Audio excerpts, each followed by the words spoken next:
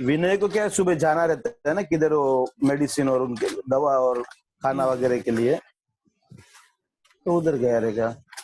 Okay ठीक है, चलो let's start. Hi, good morning. तो आज के थर्ड सेशन स्टार्ट करते हैं हम लोग अपना इसका एक्सेल ट्रेनिंग का। ओके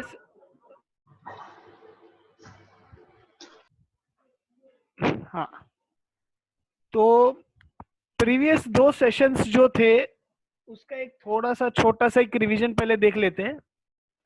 फर्स्ट सेशन में हम लोग ने देखा था कि इंट्रोडक्शन एक्सेल का, कि कैसे मतलब नोमेनक्लेचर सबके क्या क्या होते हैं, वर्कबुक किसको बोलते हैं, वर्कशीट्स किसको बोलते हैं, हम लोग अपना रिबिन को कैसे एडिट कर सकते हैं,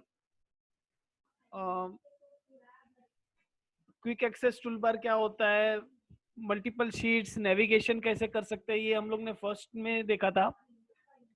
सेकेंड पार्ट में हम लोग ने थोड़ा फॉर्मेटिंग का वगैरह देखा था कि फॉर्मेटिंग का इम्पोर्टेंस क्या है, फॉर्मेटिंग कैसे कर सकते हैं। बाद में हम लोग ने देखा था data entry, basically basic data entry कैसे करना है,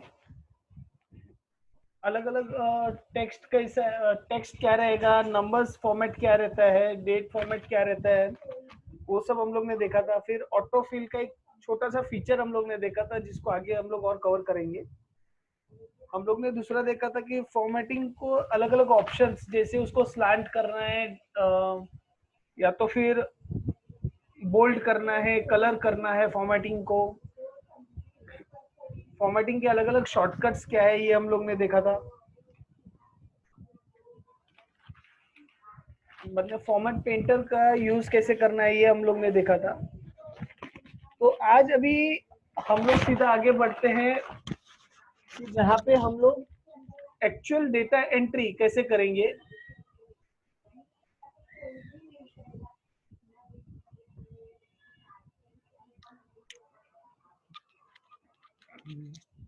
सॉरी, तो डेटा एंट्री स्टार्ट करने के लिए हम लोग को पहले छोटी मोटी 2-3 चीजें जो समझनी है, पहले वो समझ लेते हैं। तो फर्स्ट लेक्चर जब भी हम लोग का था, तभी हम लोग ने देखा था कि इसमें ये जो नेम बॉक्स जो होता है वो क्या होता है, और ये नेम बॉक्स का यूज क्या है, और ये नेम बॉक्स से आप लोग को सेल का रेफरेंस कैसे मालूम पड़ता है। तो कोई भी अगर हम लोग टेक्स्ट एंट्री या डेटा एंट्री कुछ भी करना हो, तो वो कोई ना कोई सेल के अंदर हम लोग करते हैं। तो जैसे कि अभी ये मेरा एक्टिव सेल अभी आई कॉलम और 4th रो है, I4। तो यहाँ पे वो सेल का नेम बॉक्स में दिखा रहा है I4, मेरा माउस के यहाँ पे अगर आप देख सकते हैं तो इसको इसको एक्सेल की भाषा में हम लोग बोलते हैं सेल का एड्रेस, सेल एड्रेस।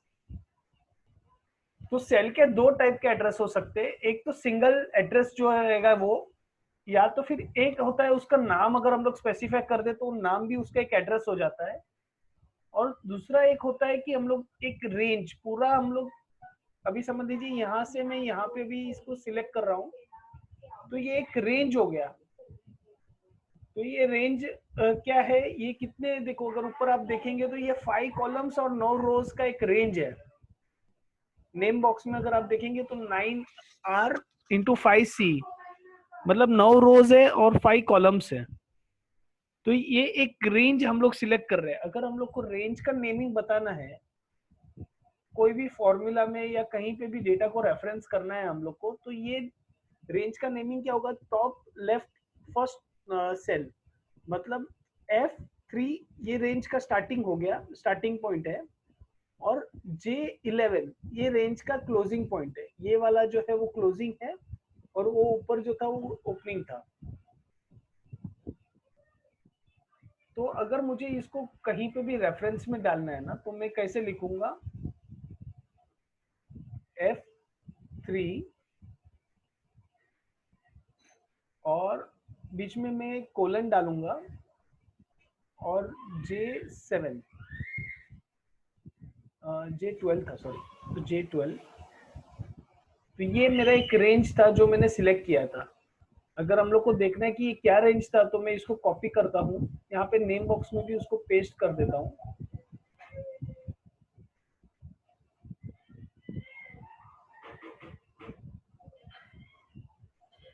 और जैसे मैं इसको एंटर मारूंगा तो ये रेंज सिलेक्ट हो गया, जिसमें एक्टिव सेल अगेन यहाँ पे ऊपर लिखा हुआ है F3, वो एक्टिव सेल हो गया, जैसे हम लोग ने पहले जूने लेसन में बात किया था। तो ये एक रेंज एक इम्पॉर्टेंट फीचर है एक्सेल का, जब भी हम लोग एक्सेल में वर्क करने जा रहे हैं। तो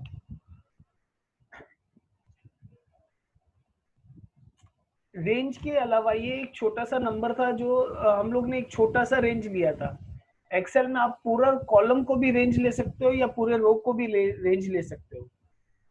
फॉर एग्जाम्पल, अगर समझ लीजिए मेरे को किसी कॉलम में ऐसा, मतलब कोई एक फॉर्मूला में यूज कर रहा हूँ जहां पे मेरे को ए कॉलम का रेंज चाहिए, मेरे को पूरा ए कॉलम सिलेक्ट करना है, तो यहाँ पे हम लोग नंबर नहीं लिखेंगे, खाली A:A, तो ए कॉलम सिलेक्ट हो गया। अगर मैं A:C कर रहा हूँ तो A, B एंड C ये तीनों कॉलम सिलेक्ट हो जाएंगे।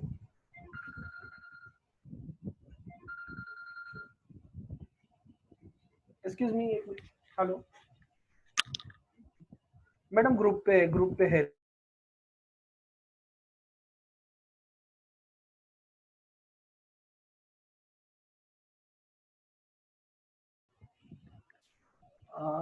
सॉरी। तो अभी ये जैसे A:C, ये मैंने यहाँ से कॉपी किया, मैं इधर नेम बॉक्स में आ रहा हूँ, A:C पे एंटर कर रहा हूँ, तो ये तीनों कॉलम सिलेक्ट हो गए। तो कोई भी फॉर्मूला में अगर हम लोग को पूरे कॉलम सिलेक्ट करने हैं तो हम लोग ऐसे कर सकते हैं, या तो अगर हम लोग को समझ लीजिए कोई भी पूरे रो सिलेक्ट करना है, फॉर एग्जाम्पल अगर मेरे को फर्स्ट रो पूरा सिलेक्ट करना है तो मैं 1:1 ये टाइप करूंगा। तो 1:1 टाइप करने से क्या होता है कि ये पूरा रो सिलेक्ट हो जाएगा। मैं जैसे यहाँ पे नेम बॉक्स में आपको दिखाता हूँ, तो 1:1 एंटर, तो ये पूरा रो सिलेक्ट हो गया। तो कभी भी कुछ भी हम लोग को सिलेक्ट करना है तो हम लोग ऐसे सिलेक्ट कर सकते हैं उसको 1:1, या तो A:A या A:C, या तो फिर एक पर्टिकुलर रेंज F3:J12, मतलब ऐसे करके हम लोग उसको सिलेक्ट कर सकते हैं। तो कभी भी डेटा एंट्री में आपको ये दो चीजें सबसे ज्यादा इम्पोर्टेंट रहेगी, कि हम लोग को डेटा एंट्री कहाँ करनी है। तो सबसे पहले होता है एक्टिव सेल जहाँ पे ये डेटा एंट्री होती है, उसके बाद हो जाता है कि रेंज और कोई सेल का रेफरेंसेस। अगर अगर मुझे दूसरे शीट का रेफरेंस करना है तो भी हम लोग कर सकते हैं। बेसिकली अगर दूसरे शीट का रेफरेंस करना है तो ये जो नाम है उसके आगे आ जाता है शीट का नाम, बाद में आ जाता है एक्सक्लेमेशन मार्क, और बाद में आ जाता है A:C। तो ऐसे उसको लिखते हैं। ये आपको याद रखने की जरूरत नहीं है। डायरेक्टली अगर कोई भी फॉर्मूला में हम लोग को यूज करना है तो हम लोग अगर फॉर्मूला पे दिखाता हूं मैं अभी, तो हम लोग फॉर्मूला में समझो मैंने इक्वल टू किया, अभी मुझे A to C का डेटा चाहिए, तो मैं यहाँ पे सिलेक्ट कर रहा हूँ माउस के साथ, तो ये ऑटोमेटिकली सिलेक्ट हो गया ए से लेके सी तक का। अभी इसमें कुछ डेटा नहीं है तो वो स्पेल का एक एरर आया। तो ऐसे हम लोग इसको यूज कर सकते हैं। सेकेंड थिंग, अगर मुझे कोई पर्टिकुलर सेल का रेफरेंस चाहिए तो मैं इक्वल टू करूंगा, वो एक पर्टिकुलर सेल पे क्लिक करूंगा तो सेल का रेफरेंस ऑटोमेटिकली ले लिया B5। वैसे ही मैं इसको इक्वल टू और एक किया, और मैं एक रेंज का सिलेक्शन ले लूंगा, तो उसने रेंज को भी दिखा दिया यहाँ पे कि D4 से H15। तो वैसे हम लोग इसको यूज कर सकते हैं अलग अलग टाइम पे। अब बेसिक हम लोग को जो फॉर्मूला जैसे बनाना है वो हिसाब से हम लोग फॉर्मूला से बना सकते हैं। नहीं, सबको म्यूट करना। ये उमेश भाई और स्वाति का चालू है। या एक मिनट,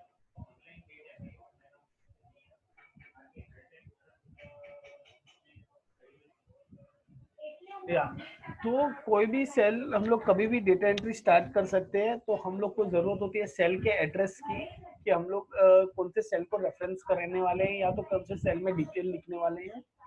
सेल के रेंज की, जैसे एक छोटा सा रेंज हम लोग ने तभी एग्जांपल में देखा यहाँ पे, जैसे for example D4 to H15 ये सेल रेफरेंस एक है। बाद में थर्ड ऑप्शन होता है कि कॉलम का रेंज पूरा, तो A/A, या तो रो का रेंज पूरा जैसे 1:1। तो इतना अगर हम लोग ये करते हैं तो हम लोग डेटा एंट्री के लिए रेडी हो गए, अगर हम लोग को ये चीज पता चल गई तो। बेसिक डेटा एंट्री जहाँ पे हम लोग टाइपिंग कर रहे हैं, फॉर्मूलाज हम लोग बाद में सीखेंगे, लेकिन अभी फिलहाल के लिए टाइपिंग के लिए बात कर रहे हैं। तो इसमें और एक पार्ट होता है कि अगर हम लोग को मल्टीपल रेंज सिलेक्ट करनी है, फॉर एग्जाम्पल मेरे को ये इतना सिलेक्ट करना है, उसके बाद ये सिलेक्ट करना है, उसके बाद ये। मोहन भाई आवाज बहुत क्रैक है आपका। मैडम आपके यहाँ पे नेटवर्क नहीं है शायद, मैडम आपके यहाँ पे नेटवर्क नहीं है शायद। आप बाकी लोगों को बरोबर आ रही है? यस यस, बरोबर आ रही है। बराबर आ रही है। मोहन भाई आवाज नहीं आ रहा है। मैडम आपके यहाँ पे कुछ ये है, क्रैक है, वॉइस क्रैक हो रहा है आपके यहाँ पे। आपका नेटवर्क में कुछ इश्यू है मैम। नहीं, आपका उधर नेटवर्क नहीं बंद करके सुनाई, उनको नहीं सुनाई देगा, तो अपन स्टार्ट। वीडियो बंद करवा दे, उनका वीडियो बंद। सब लोगों का अगर वीडियो चालू है तो अगर बंद कर सकते हैं तो बंद कर दीजिए, तो थोड़ा परफॉर्मेंस में इफेक्ट अच्छा रहेगा, परफॉर्मेंस में इफेक्ट पड़ेगा। तो अगर हम लोग को मल्टीपल रेंज सिलेक्ट करना है, जैसे कि ये एक रेंज सिलेक्ट किया, यहाँ पे एक रेंज है, यहाँ पे एक रेंज है, यहाँ पे एक रेंज है, तो अगर हम लोग को मल्टीपल रेंजेस सिलेक्ट करना है तो हम लोग कीबोर्ड पे ना कंट्रोल का बटन दबा के रख सकते हैं और बाद में माउस के साथ रेंज सिलेक्ट कर सकते हैं। सॉरी, कीबोर्ड पे शिफ्ट का बटन,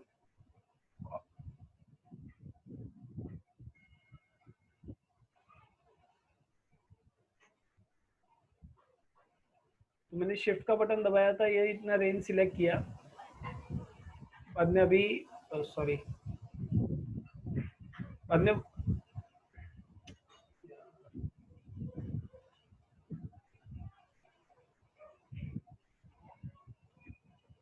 शिफ्ट का बटन दबा के रेंज सिलेक्ट किया, कंट्रोल दबा के रखा, दूसरे रेंज पे गया, वापस रेंज सिलेक्ट किया, वापस कंट्रोल दबा के रखा, तीसरा से रेंज सिलेक्ट किया, कंट्रोल के साथ रेंज सिलेक्ट किया। तो ऐसे कंट्रोल दबा के रख सकते हैं आप लोग, और बाद में अलग अलग रेंज जो भी सिलेक्ट करनी है वो कर सकते हैं। एक चीज है,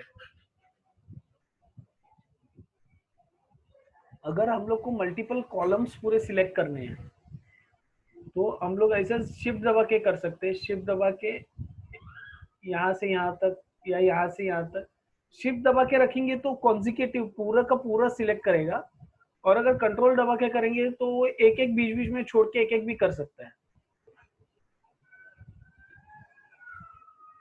तो शिफ्ट और कंट्रोल का ये है। सिमिलरली अगर रो में भी करना है तो भी हम लोग ऐसे ही कर सकते हैं, कंट्रोल दबा के रखा, शिफ्ट दबा के रखा, मल्टीपल चीज सिलेक्ट किया। बाद में हम लोग को समझो कभी भी कुछ भी डेटा को सिलेक्ट करना है तो अगर पूरा डेटा जहाँ पे लिखा हुआ है, ये पूरा साइड को अगर हम लोग को सिलेक्ट करना है तो हम लोग कंट्रोल ए दबा सकते हैं। तो अगर डेटा पे आके तो उतना ही डेटा सिलेक्ट हो सकता है। तो ये भी एक डेटा सिलेक्शन का ऑप्शन है जहाँ पे आप डेटा को सिलेक्ट कर सकते हो।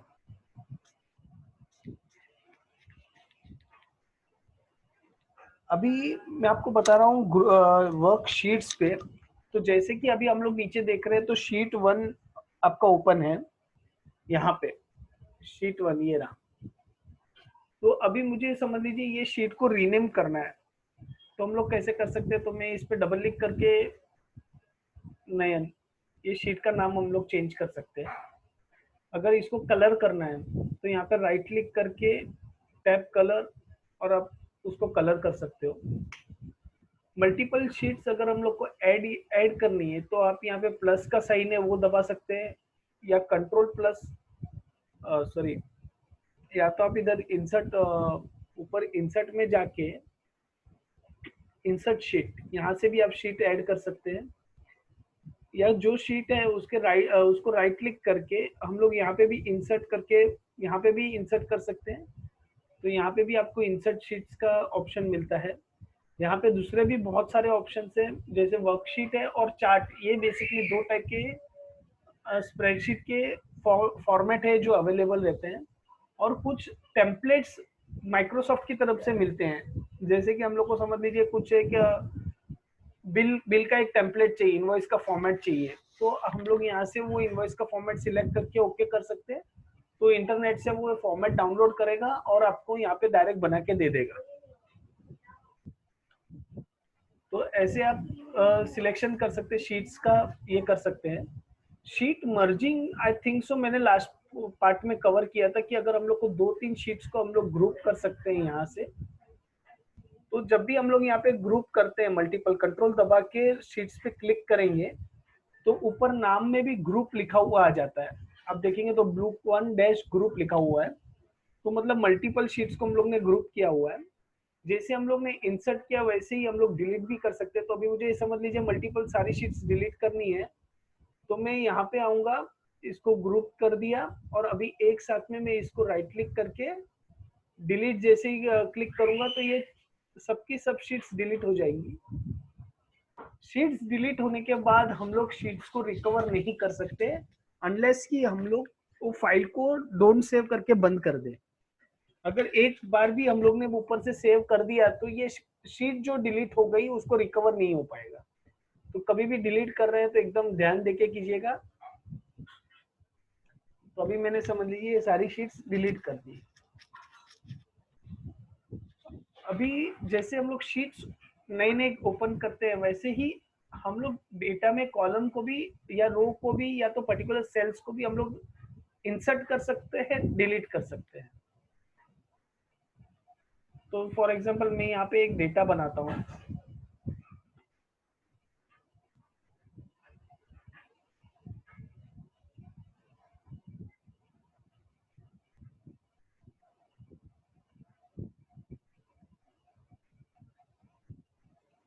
ये डेटा बन गया। अभी मुझे यहाँ पे बीच में कुछ भी इंसर्ट करना है, तो मैं यहाँ पे राइट क्लिक करके इंसर्ट कर सकता हूँ। राइट क्लिक इंसर्ट, तो यहाँ पे मेरे को पूछता है कि सेल्स को क्या करना है। सेल्स को राइट साइड मूव करना है, मतलब नया सेल वो डालेगा, क्योंकि मैंने एक सिंगल सेल पे क्लिक करके ये किया, इंसर्ट किया है, तो नया सेल डालेगा। तो अच्छा, इसका कीबोर्ड शॉर्टकट है कंट्रोल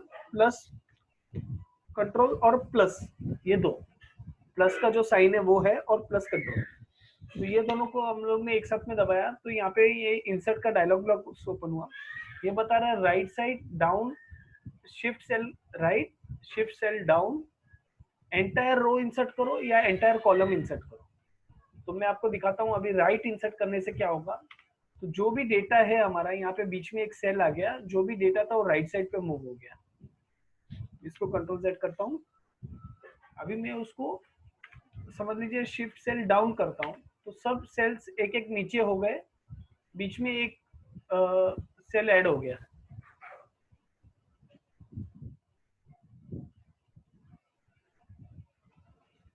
कंट्रोल Z कर रहा हूँ। अगर मुझे एक रो पूरा करना है तो मैं यहाँ पे एंटायर रो करके करूंगा एंटर, तो ये पूरा रो इंसर्ट हो गया। यहाँ पे ये देखिए मैंने रो को सिलेक्ट किया शिफ्ट और स्पेस बार के साथ। तो शिफ्ट और स्पेस बार दबाएंगे तो पूरा रो सिलेक्ट हो जाता है, और कंट्रोल और स्पेस बार दबाएंगे तो पूरा सेल्स अपना कॉलम सिलेक्ट हो जाएगा। अभी हम लोग एंटायर कॉलम अगर इंसर्ट करेंगे तो यहाँ पे पूरा कॉलम एक इंसर्ट हो जाएगा। सब सेल्स अगर आप देख रहे हैं तो राइट साइड पे हो गए, बीच में एक कॉलम इंसर्ट हो गया। सिमिलरली अगर हम लोग को डिलीट करना है तो कंट्रोल प्लस माइनस है, माइनस का साइन और कंट्रोल के साथ में दबाएंगे तो यहाँ पे सिमिलर पूछ रहा है कि शिफ्ट सेल्स को लेफ्ट, मतलब अगर मैंने इसको लेफ्ट सिलेक्ट किया तो G4 वाला डेटा जो है वो डिलीट हो जाएगा, और जो भी बाकी के H, I और J कॉलम के जो भी डेटा है वो लेफ्ट साइड से शिफ्ट होके वहां पे आ जाएंगे। तो ये देखिए यहाँ पे ए जी का ए डिलीट हो गया था और जे का ई आई में चला गया, आई का एच में चला गया, एच का जी में आ गया, ऐसा। सिमिलरली अगर मैं उसको अप सिलेक्ट करूंगा तो सब एक एक लेवल ऊपर हो गए, बी सी ए, ऐसा ए ऊपर का डिलीट हो गया, सब ऊपर चले गए एक एक एक। ये लास्ट रो जो था वो खाली हो गया। सिमिलरली अगर मैं यहाँ पे पूरा रो को डिलीट करना है तो पूरा रो को डिलीट करता हूँ तो सी वाला पूरा रो डिलीट हो जाएगा। और अगर पूरा कॉलम को डिलीट करना है तो ये जी कॉलम पूरा डिलीट होके जे का डेटा आगे आगे आ जाएगा, जे का आई में, आई का एच में, एच का जी में। तो इस तरह से आप सेल को सिलेक्ट कर सकते हैं, डिलीट कर सकते हैं। इसका अगर आपको ऊपर बटन होम टैब पे भी बटन्स होते हैं, यहाँ पे आप देख सकते हैं। तो मेरे इसमें इंसर्ट का बटन है, डिलीट का बटन है, ये दो बटन से आप वो एक्टिविटीज कर सकते हैं। इंसर्ट सेल्स, इंसर्ट शीट्स, रोज, इंसर्ट कॉलम और इंसर्ट शीट पूरा। वैसे ही डिलीट का है तो डिलीट सेल, डिलीट रो, डिलीट कॉलम और डिलीट पूरा शीट। नन भाई कीबोर्ड का शॉर्टकट क्या है इसका? कंट्रोल प्लस और कंट्रोल माइनस।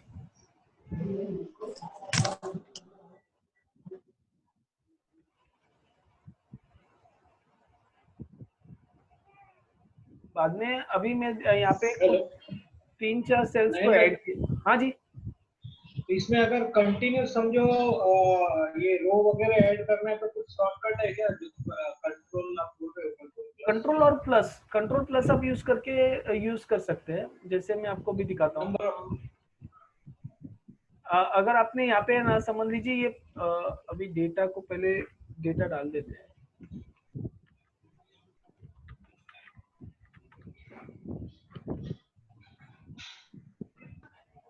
समझ लीजिए डेटा डाल दिया मैंने, ये पूरा डेटा आ गया।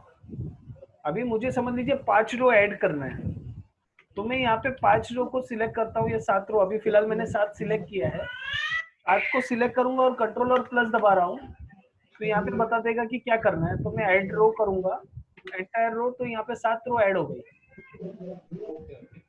तो ये कंट्रोल प्लस के बाद एंटर रो के लिए कुछ शॉर्टकट है क्या? Arrow keys, arrow keys. Okay, thank you. नन भाई, हाँ जी, ये शीट का जो हम लोग नया नया शीट डाला है ना 3, 6, 7, इसको एक साथ डिलीट करने के लिए क्या है?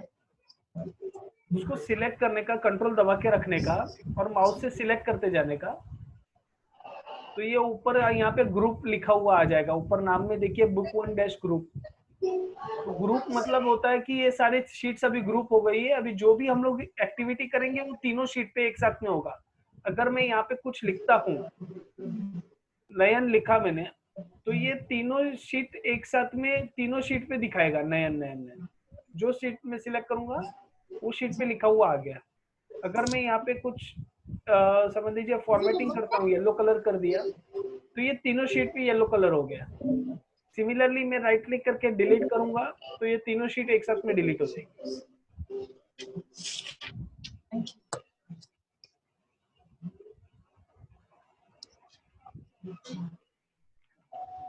और कुछ डेटा सिलेक्शन के बारे में किसी को कुछ क्वेरी?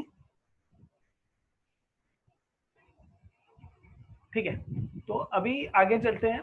तो जैसे कि अभी हम लोग ने डेटा तो एंटर किया, सपोज ये छोटा मोटा डेटा एंटर किया हुआ है, लेकिन अगर अभी हम लोग को उसको चेंजेस करने हैं, चेंजेस लाइक फॉर्मेटिंग के लिए हम लोग को लेंथ एंड ब्रेथ, उसका साइज कम ज्यादा करना है, इसका सेल का या कॉलम का बेसिकली। तो एक ऑप्शन होता है कि अगर हम लोग इसको सिलेक्ट करें पूरे को और कोई भी एक कॉलम को जितना मैं छोटा करूंगा सब कॉलम्स उतने छोटे हो जाएंगे। या मैंने ये पूरा सिलेक्ट किया है, यहाँ पे अगर आप एरो देख रहे हैं, एक प्लस एक लाइन है और एरो है, तो यहाँ से अभी समझो मैंने इतना बड़ा किया ये रो को, तो सब कॉलम इतने बड़े बड़े हो गए। सिमिलरली जो रोज रहते हैं, जो भी रोज हम लोग सिलेक्ट करेंगे वो रो को यहाँ पे देखिए, यहाँ पे भी similar up and down arrow आ रहा है बीच में एक लाइन के साथ। रो नंबर 10 और 11 के बीच में आप देख पाएंगे। तो मैं यहाँ पे सिलेक्ट कर रहा हूँ और इसको बड़ा कर रहा हूँ, तो सब रो जितने भी है वो ऐसे बड़े हो जाएंगे। तो आपने जितने पे सिलेक्शन किया है रोज और कॉलम पे, आप उस पे उतना बड़ा छोटा आप कर सकते हो यहाँ से। ये एक तरीका है ये करने का, छोटा या बड़ा। दूसरा एक ऑप्शन होता है कि आप यहाँ पे फॉर्मेट में जाके कर सकते हो। तो फॉर्मेट में गए, यहाँ पे एक होता है auto fit height. Auto fit का क्या होता है, मतलब जितना भी हमको चाहिए ऑटोमेटिकली ये पूरा कवर हो सके बेस्ड ऑन द डेटा। आपके सेल के अंदर क्या डेटा है, उसका फॉन्ट साइज क्या है, उसके हिसाब से ये ऑटोमेटिकली उतना बड़ा या छोटा कर सकते हैं हम लोग इसको। तो अभी मैं इसको ऑटो फिट रो हाइट करता हूँ, तो ये सारा रो का जो हाइट है वो ऑटोमेटिकली सेट हो गया। वैसे ही अगर हम लोग डेटा, अगर हम लोग यहाँ पे सिलेक्ट करते हैं जो भी डेटा था, और मैं यहाँ पे ऑटो फिट कॉलम विथ करता हूँ, तो जैसे ही सिलेक्ट करता हूँ तो ये पूरा जो डेटा था उसके हिसाब से इतने छोटे छोटे बॉक्स हो गए, ऑटो फिट कर दिया उसने। मतलब अगर कोई एक सेल में अगर डेटा बड़ा था, फॉर एग्जांपल यहाँ पे, और इसके बाद अगर मैं ऑटो फिट करता हूँ,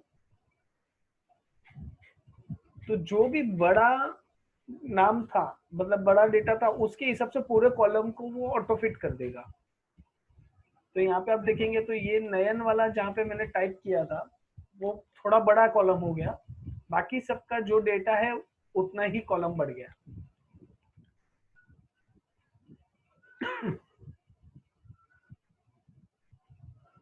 नयन भाई, हाँ जी, हाँ एक बार ये रिपीट करेंगे वापस ऑटो फिट का जो आपने एक्सप्लेन किया अभी। तो लाइक अभी हम लोग अभी मैं क्या सामने कर रही हूँ, हाँ, एक नहीं भाई, मैं सामने कर रही हूँ, तो सब रोज को साथ में सिलेक्ट कैसे करने का? सब रो को साथ में सिलेक्ट आप पे ना, अगर आपका यहाँ पे आप एक्टिव सेल है ना, जो एक्टिव सेल आपका अभी ये मेरे केस में अभी क्या है, ए और बी पूरा ब्लैंक है, तो मैं उसको है ना थोड़ा सा राइट साइड पे मूव कर देता हूँ। तो एक्टिव सेल मेरा अभी अभी अगर आप देखेंगे मेरे पास, तो मेरा एक्टिव सेल है C5, ठीक है। तो मैंने अभी यहाँ पे कंट्रोल स्पेस किया है, अगर मैं शॉर्टकट्स यूज कर रहा हूँ तो, नहीं तो फिर आप माउस से भी क्लिक कर सकते हो। तो माउस से जो पहला रो है उसको सिलेक्ट किया, लेकिन एक चीज देखना आपकी एक्टिव सेल कौन सा है। एक्टिव सेल है C3, तो उसमें कुछ डेटा है।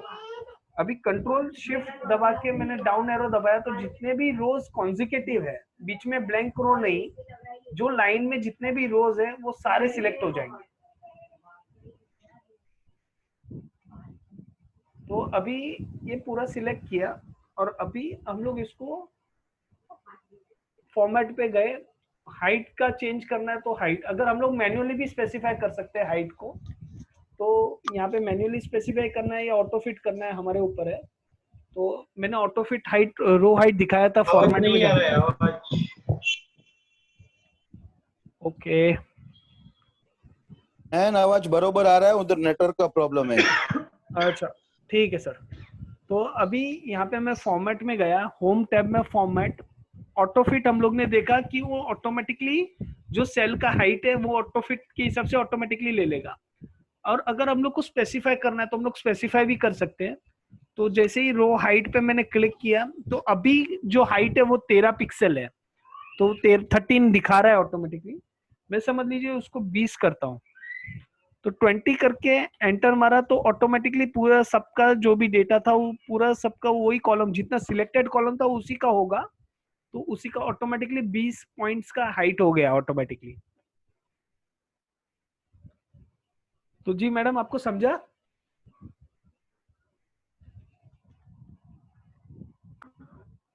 यस नहीं भाई। हाँ, ओके। तो और सिमिलरली अगर मैं पूरा कॉलम को सिलेक्ट करता हूँ, यहाँ पे फॉर्मेट में गया, ऑटो फिट विथ कर सकते हैं, या तो फिर मैं कॉलम विथ को चेंज करके यहाँ पे टाइप कर सकता हूँ कि अभी मेरे को समझ लीजिए यहाँ पे 15 का चाहिए, तो मैंने 15 करके ओके कर दिया, तो सबका 15-15 हो गया। तो वैसे ही हम लोग यहाँ पे हाइट एंड विड्थ ये दोनों चेंज कर सकते हैं। सबको बाय डिफॉल्ट विथ जो एक्सेल का रहता है 8.38 पिक पॉइंट्स वो भी हम लोग कर सकते हैं। तो यहाँ पे क्लिक करेंगे तो 8.38 पॉइंट सबका हो जाएगा बाय डिफॉल्ट जो भी एक्सेल का रहता है वो। इसके बाद हम लोग आ जाते हैं रो हाइड और डिलीट, हाइड एंड अनहाइड। तो रो हाइड और अनहाइड कैसे करना है, तो कोई भी कॉलम अगर हम लोग को हाइड करना है तो कॉलम पे क्लिक किया, राइट क्लिक, हाइड, डेटा पड़ा रहेगा लेकिन वो हाइड हो जाएगा, खाली विजिबल नहीं होगा।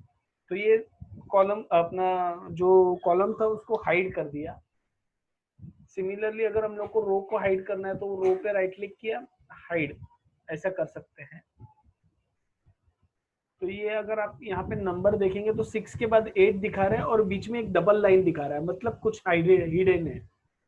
सिमिलरली F और H को आप देखेंगे तो बीच में यहाँ पे थोड़ा सा बड़ा लाइन है जो विजिबल होता है। तो दैट मीन्स वहां से देख के हम लोग को समझता है कि यहाँ पे कुछ हिडन है।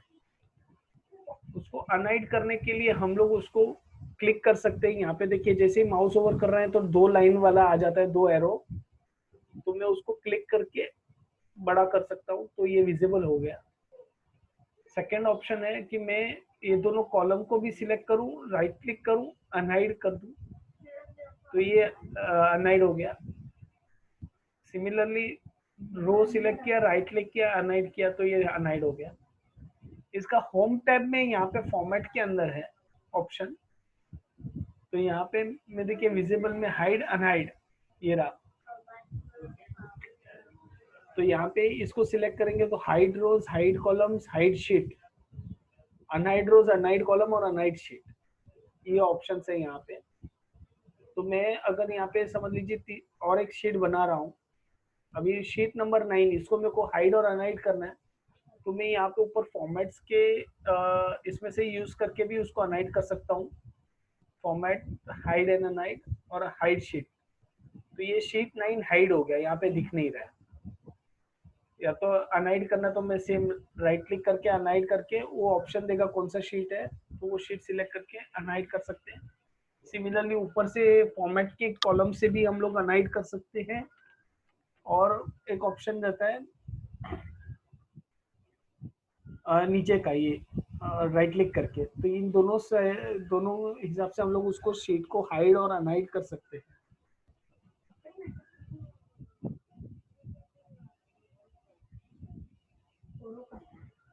बाकी इसके बाद जो फंक्शंस हैं वो है रीनेम शीट्स, जो हम लोग ने ऑलरेडी देख लिया। मूव एंड कॉपी शीट, अभी बहुत बार हम लोग को ऐसा हो सकता है कि हम लोग को डेटा जो है पूरा डेटा, पूरा शीट हम लोग को कहीं पे मूव करना है या तो कॉपी करना है। तो हम लोग ये मूव एंड कॉपी शीट का फंक्शनैलिटी यूज करके हम लोग डेटा को मूव एंड कॉपी कर सकते हैं।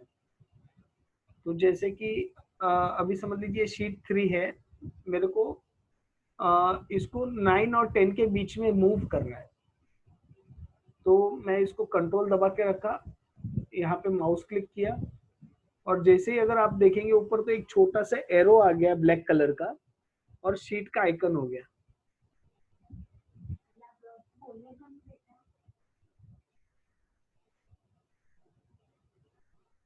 तो मैंने ये किया, अभी ये देखो एरो हिल रहा है, तो अभी 9 और 10 के बीच में एरो है। तो अभी मैं इसको छोड़ रहा हूँ तो ये शीट को 9 और 3 के बीच में आ गया। अभी मैंने सॉरी इसको ना कंट्रोल दबा के रखा था, मैं कंट्रोल छोड़ा नहीं था। तो अगर मैंने कंट्रोल दबा के रखा तो ये उसका कॉपी बन गया, शीट 3 ब्रैकेट में 2, ये कॉपी हो गया। यहाँ पे शीट 3 में डेटा पड़ा हुआ है, शीट 3 का ये ब्रैकेट भी हो गया। मैं इसको फिलहाल डिलीट कर देता हूँ। तो मुझे समझ लीजिए कॉपी नहीं करना है, लेकिन मुझे खाली इसको मूव करना है, तो मैं माउस क्लिक किया और इसको मूव करके यहाँ पे छोड़ दिया, तो ये मूव हो गया, शीट 9 और 10 के बीच में आ गया। इसका और एक रीजन ऐसा हो सकता है, अगर हम लोग को ये क्यों करना पड़े, बेसिकली मूविंग क्यों करना है, तो जैसे समझ लीजिए हम लोग कुछ एक डेटा बना रहे हैं जिसमें 3 स्टेप्स इन्वॉल्व है। स्टेप 1 हो सकता है एक पेज पे है पहले काम करने का, बाद में स्टेप 2 दूसरे पेज पे काम करना है, स्टेप 3 तीसरे पेज पे काम करना है। तो हम लोग यहाँ पे स्टेप 1 रीनेम कर दिया इसको, स्टेप 1, स्टेप 2, स्टेप 3, और फिर हम लोग ने समझ लीजिए पीछे से कुछ एडिट किया जिसकी वजह से हम लोग को बीच में कुछ और दूसरा एडर डालना पड़ा। तो हम लोग ने जैसे ही यहाँ पे प्लस किया तो एक नया शीट आ गया, हम लोग ने इस पे पूरा बना दिया। लेकिन अभी मेरे को स्टेप 1, स्टेप 2, स्टेप 3 के बीच में इसको लेना है, तो मैं इसको मूव करके दूसरे शीट्स के बीच में ले सकता हूँ। यही सेम चीज करने का और एक तरीका है राइट क्लिक करके। अगर मैं इसको राइट क्लिक करता हूँ, यहाँ पे ऑप्शन होता है मूव और कॉपी, तो हम लोग मूव एंड कॉपी सिलेक्ट करते हैं। इसमें और एक फंक्शनैलिटी आपका ऐड हो गया कि अगर मुझे ये शीट जो है दूसरे फाइल में लेके जाना है, पूरा पूरा शीट, तो मैं ये मूव और कॉपी का यूज करके नया वर्कबुक यहाँ पे क्लिक करूंगा तो न्यू वर्कबुक एक बन जाएगा, उसके अंदर ये पूरा शीट कॉपी होके हो जाएगा। लेकिन अगर मुझे यही शीट में रखना है, अभी फिलहाल तो अभी हम लोग यही फाइल में रख रहे हैं, तो मैं बुक 1 ही सिलेक्ट कर रहा हूँ। और मुझे कहाँ पे मूव करना है, तो समझ लीजिए थर्ड शीट के पहले मूव करना है मेरे को, तो मैं यहाँ पे थर्ड पे सिलेक्ट किया। और अगर मुझे इसका कॉपी बनाना है तो मैं क्रिएट अ कॉपी करूंगा, लेकिन खाली मूव करना है तो मैं यहाँ पे मूव कर दूंगा। तो अभी जैसे मैं 9 के बाजू में मूव कर रहा हूँ, तो ये 9 के पहले आ गया ये शीट, तो शीट 12 जो था वो 9 के पहले हो गया, देखिए। तो ये मूवमेंट भी काफी इंपॉर्टेंट हो सकता है अगर आपके पास इसमें बहुत ज्यादा शीट्स हैं। मैं यहाँ पे क्लिक करते जा रहा हूँ।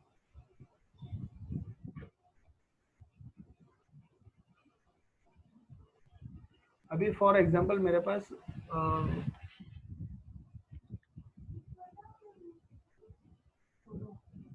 इतनी शीट्स जनरेट हो गई है। ये मैंने कैसे किया, ये राइट क्लिक करके यहाँ पे जो नीचे एरोज हैं वहां पे राइट क्लिक करके मैंने इसको ऊपर किया, तो इतनी सारी शीट्स हैं। तो अभी मुझे कहीं भी कोई भी शीट्स को एक्टिवेट करना है, नॉर्मली तो सबसे बेस्ट है कि मैं माउस से एक्टिवेट करूं, लेकिन माउस अभी इतनी सारी शीट्स है तो मुझे पता नहीं चल रहा है, मतलब हर एक को देखना पड़ेगा। तो एक इजीएस्ट वे दूसरा है कि मैं राइट क्लिक करता हूं तो मुझे ये सारी शीट्स दिख रही हैं।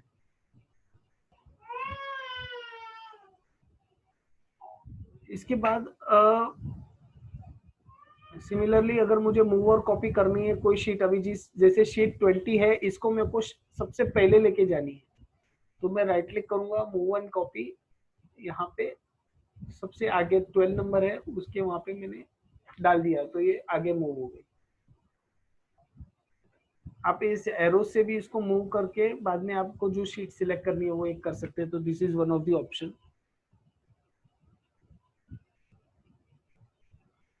तो अभी शीट्स एडिंग हो गया, मूव हो गया, कॉपी हो गया। अभी हम लोग आगे बढ़ते हैं गो टू ऑप्शन का सिलेक्शन। अभी अगर हम लोग ऊपर यहाँ पे आप देखोगे तो हम लोग ने पिछले कुछ सेशंस के साथ हम लोग ने क्लिपबोर्ड कंप्लीट कर दिया था, फॉन्ट ऑलमोस्ट हो गया, ये अलाइनमेंट नंबर ये सारे हो गए। आज हम लोग ने इंसर्ट, डिलीट और फॉर्मेट इसको ऑलमोस्ट सब चेक कर लिया। अभी एक और चीज यहाँ पे आती है, फाइंड एंड सिलेक्ट वाला। ये भी एक इम्पोर्टेंट फीचर है, फाइंड एंड सिलेक्ट वाला। इसका कीबोर्ड शॉर्टकट होता है गो टू बोलते हैं हम लोग इसको, गो टू और गो टू स्पेशल।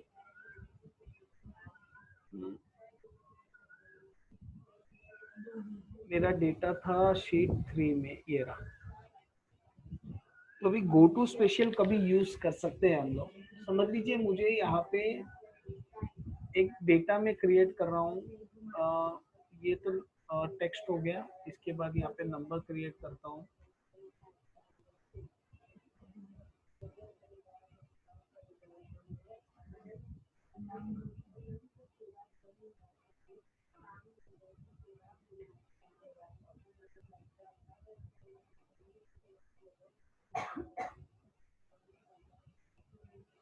तीसरा मैं एक फॉर्मूला क्रिएट कर देता हूँ।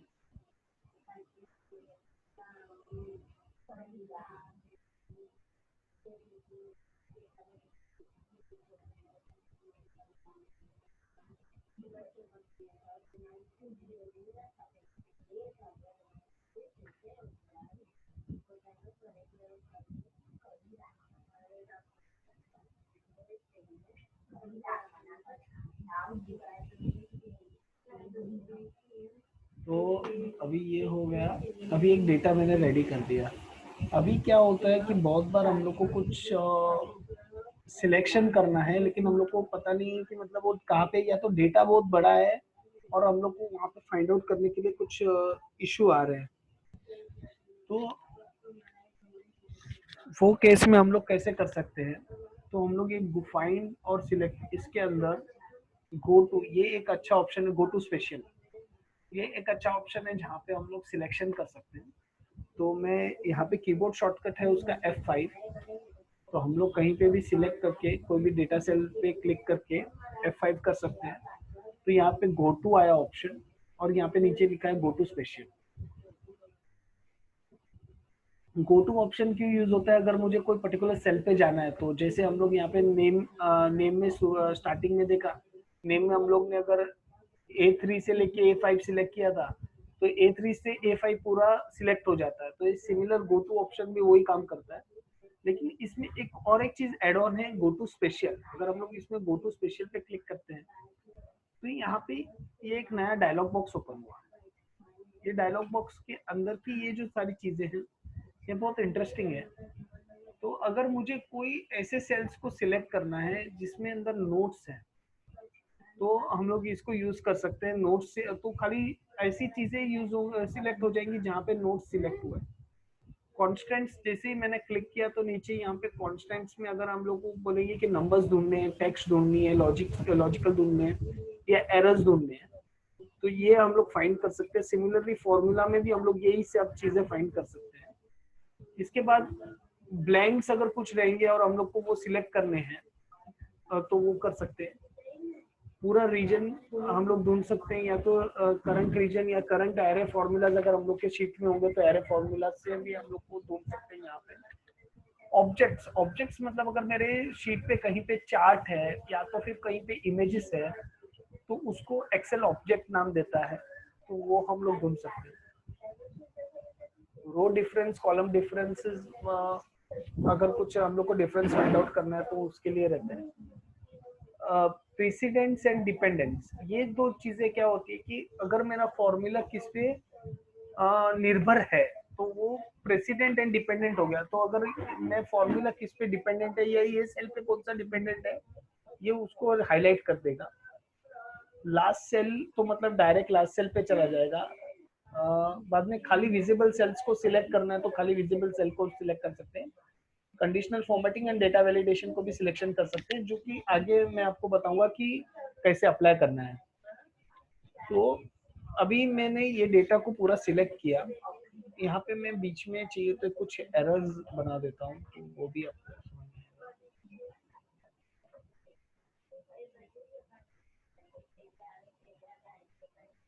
एक ये एरर आ गया बाद में, ठीक है।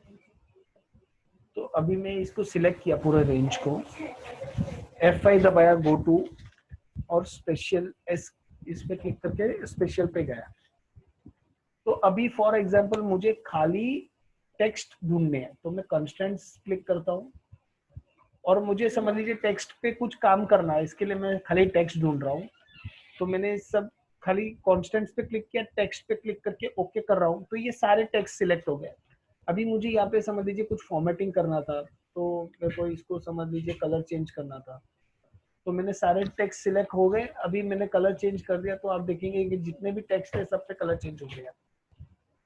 सिमिलरली मैं अभी पूरे को सिलेक्ट कर रहा हूँ, F5 और स्पेशल,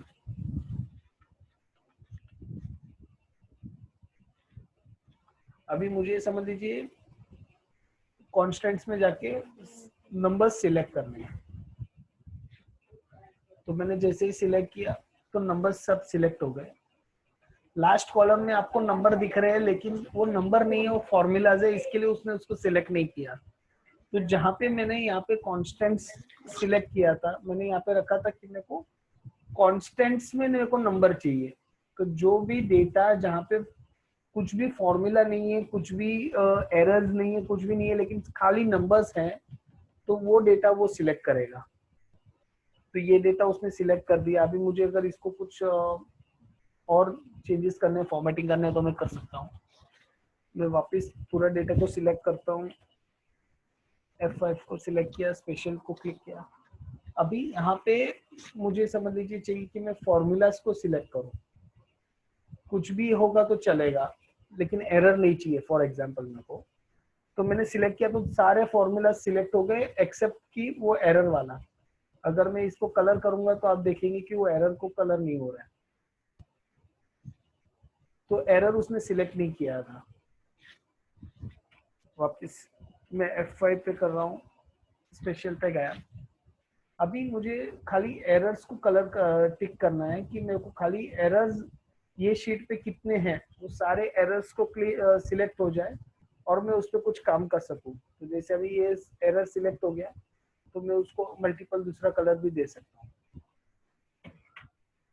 इसके साथ साथ अगर मुझे कहीं पे कुछ ऐसा, अगर समझ लीजिए बीच में कहीं पे ऐसा है जहाँ पे डेटा नहीं है, ब्लैंक कॉलम से फॉर एग्जाम्पल, अलग अलग मैंने कुछ कॉलम में से कुछ डेटा निकाल दिया है, तो अभी मैं वापिस इसको सिलेक्ट कर रहा हूँ।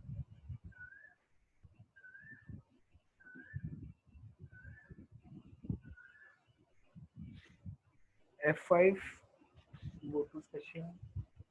अभी यहाँ पे है ना, मैं ब्लैंक्स खाली सिलेक्ट करता हूँ, एंटर।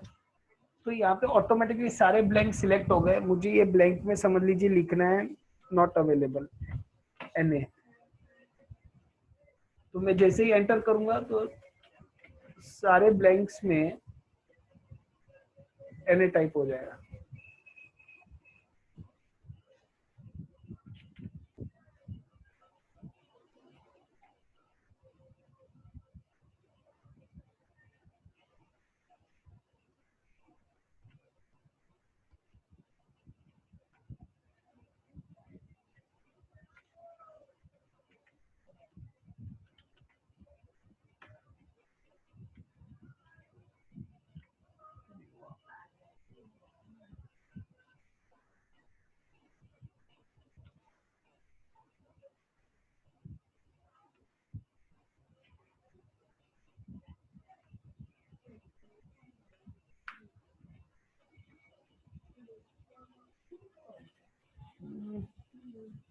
आई एम सॉरी, मैं कुछ शायद मिस्टेक कर रहा हूँ, ये हो नहीं रहा है।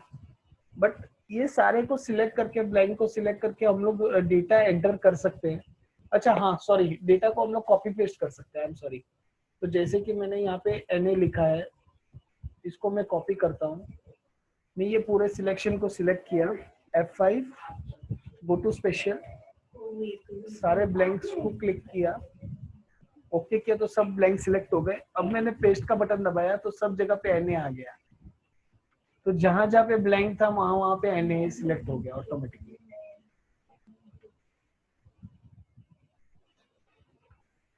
इसी को हम लोग NA आने के बाद अगर हम लोग को फॉर्मेटिंग भी करना है तो हम लोग फॉर्मेटिंग भी कर सकते हैं कि दिखाने के लिए कि ये NA हम लोग ने पीछे से मारे डाला है। तो ये भी आप यूज कर सकते हो। तो GoTo एक अच्छा फीचर है जहाँ पे आप इसको यूज कर सकते हो कभी भी शॉर्टकट्स के लिए, कहीं पे भी सिलेक्शन के लिए। इसके बाद हम लोग के पास है फाइंड एंड रिप्लेस ऑप्शन। यहाँ से भी आप कुछ को फाइंड करना है। तो जैसे कि हम लोग ने अभी देखा कि हम लोग लॉजिकली या तो कुछ एक डाल के फाइंड कर सकते हैं, लेकिन अगर हम लोग को कुछ बेसिक चीजें फाइंड करनी है तो ये नॉर्मली हम लोग सब लोग हमारे डे टू डे लाइफ में यूज करते होंगे कंट्रोल F करके। तो लेकिन अभी इसमें मेरे को थोड़ा सा डिटेल आपको बताना है कि दूसरे क्या क्या फंक्शनैलिटी ऑप्शंस अवेलेबल है। तो नॉर्मली अगर मुझे यहाँ पे मैंने G लिखा और यहाँ पे मैं फाइंड ऑल कर रहा हूँ, तो ये सारे कॉलम जिसके अंदर G है वो सब बता दिया इसने कि C7 पे है, C12 पे है, C17 पे है, C22 पे है, C27 पे है, यहाँ पे है। लेकिन इसमें एक एडिशनल फंक्शनैलिटीज भी रहती है। तो जैसे कि मैं यहाँ पे ऑप्शंस पे क्लिक कर रहा हूँ, यहाँ पे मुझे पूछ रहा है कि फाइंड कहाँ करना है, कि एक ही शीट पे फाइंड करना है या मल्टीपल शीट से, तो सब जगह पे फाइंड करना है। तो अगर मेरे पास 10-15 शीट्स है मेरे पास, और सब में मुझे एक कोई पर्टिकुलर डेटा को मुझे फाइंड करना है, तो हम लोग इसको वर्कबुक सिलेक्ट करके यहाँ पे जो भी लिखेंगे तो सारी की सारी वर्कबुक्स में जहां जहां पे भी वो डेटा है वहां पे ये उसका डिटेल दिखाएगा। एग्जाम्पल के लिए मैं यहाँ पे कुछ लिखता हूँ, यहाँ पे भी जी करता हूँ पेज 20 पे, पेज 13 में मैं यहाँ पे जी कर रहा हूँ, और फिर पेज 12 पे मैं यहाँ पे जी कर रहा हूँ,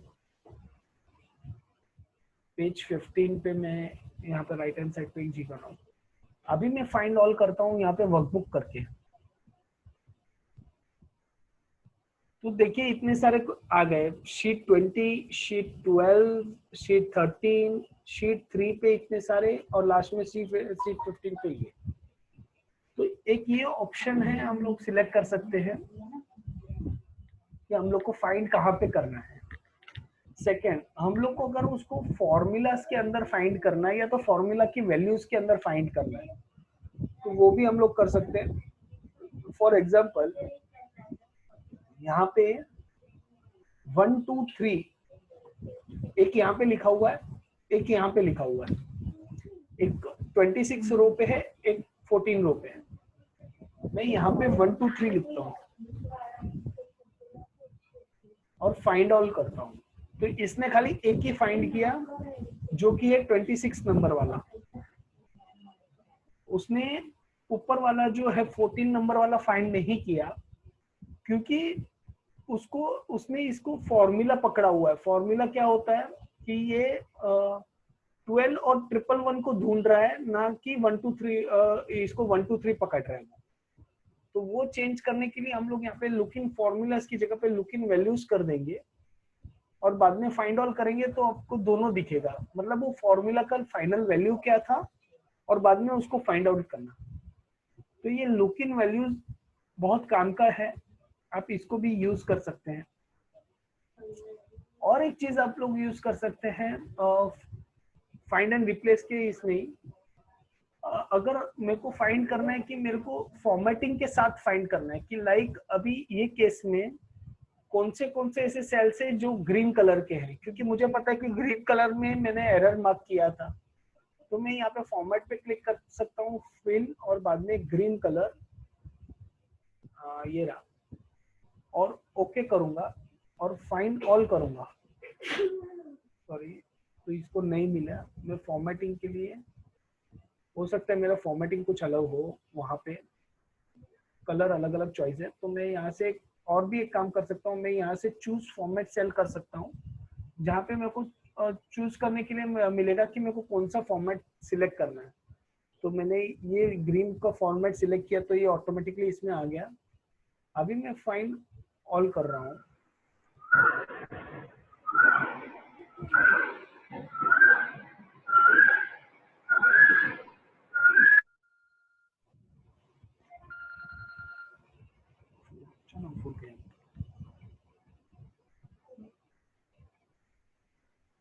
तो अभी मैंने ये सिलेक्ट कर दिया है फॉर्मेट। अभी मैं यहाँ पे फाइंड ऑल करता हूँ,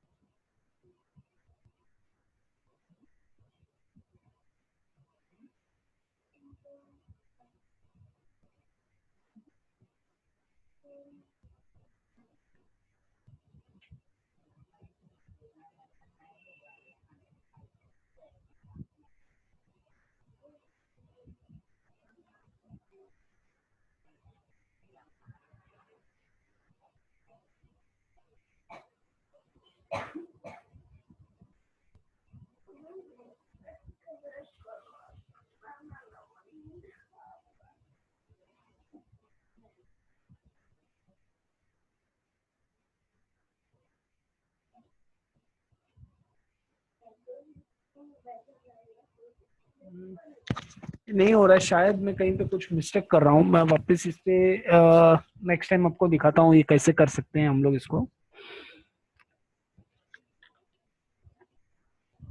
दूसरा एक ऑप्शन होता है कि एडिंग कमेंट्स, सॉरी। तो बहुत बार ऐसा हो सकता है कि हमें कुछ कमेंट यूज करना हो। तो लाइक अगर मुझे यहाँ पे दिखाना है कि ये डेटा काय का है, तो फॉर एग्जांपल जैसे कि समझ लीजिए यहाँ पे कुछ हुआ था जिसकी वजह से एरर है NA, तो मुझे उसमें कमेंट डालना है जो कि डायरेक्ट डेटा में नहीं ये दिखेगा, लेकिन एक एरर मुझे डालना है यहाँ पे। तो मैं यहाँ पे राइट क्लिक कर सकता हूँ, न्यू कमेंट, यहाँ पे कमेंट कर दूंगा। यहाँ पे ऊपर मेरा नाम ऑटोमेटिकली आ गया, जो नाम मैंने एक्सेल में सेव किया हुआ है इसके लिए वो ऑटोमेटिकली आ गया। यहाँ पे मैं कमेंट कर देता हूँ नो डेटा अवेलेबल।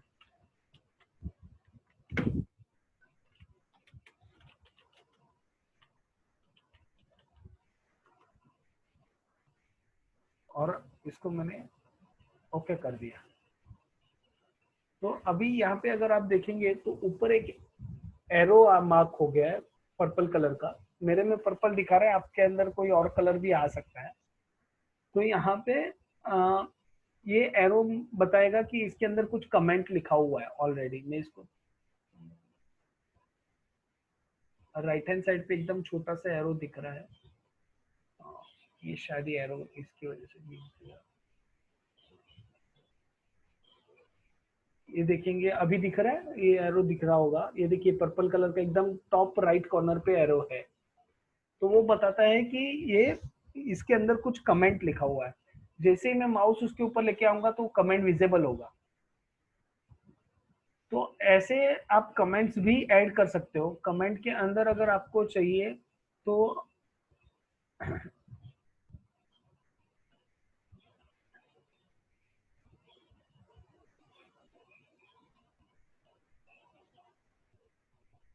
अभी इसको अगर हम लोग गो टू स्पेशल पे हम लोग उसको कमेंट को भी ढूंढ सकते हैं। तो मैंने गो टू किया, स्पेशल पे क्लिक किया, यहाँ पे देखिए कमेंट का रीजन होगा। कहाँ गया?